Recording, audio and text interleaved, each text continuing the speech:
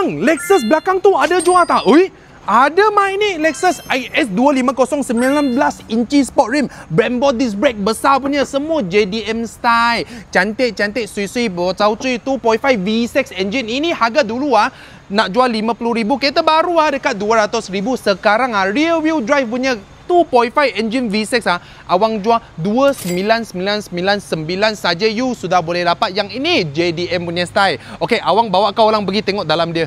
So dalam dia macam ni punya lah, full leather lah. Okey, belakang rear view drive dalam semua cantik-cantik, bersih punya. Belakang ada aircon. So rear view drive belakang dia sini akan sangkut you punya kaki lah. Entry keyless. So kereta latang ada electric seat, full leather seat, semua cantik-cantik punya. Dengan Lexus punya ini steering cantik punya.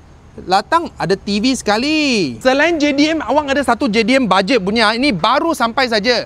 Ingat nak buat company car, tapi kalau ada orang suka, awang pun boleh jual.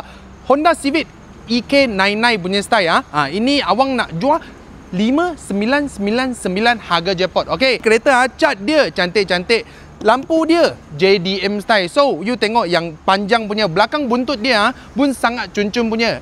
Panas lagi tau. Awang baru ambil punya. I sendiri sangat-sangat suka ni kereta sebab dia look memang JDM punya feel. Dalam dia lagi pro bro. You tengok dia semua pakai original punya pattern. Engine dia pakai 1.6 auto punya, okay? Selain kita ada belas-belas biji lagi kereta budget dari 1,000 lebih hingga 5,000, 8,000, 10, belas, 20,000 kita pun ada. Area kita dekat JB, Bandan Auto City. Kalau you nak tengok ready stock, you boleh latang cari awang. Jangan lupa, nak kereta budget, carilah awang.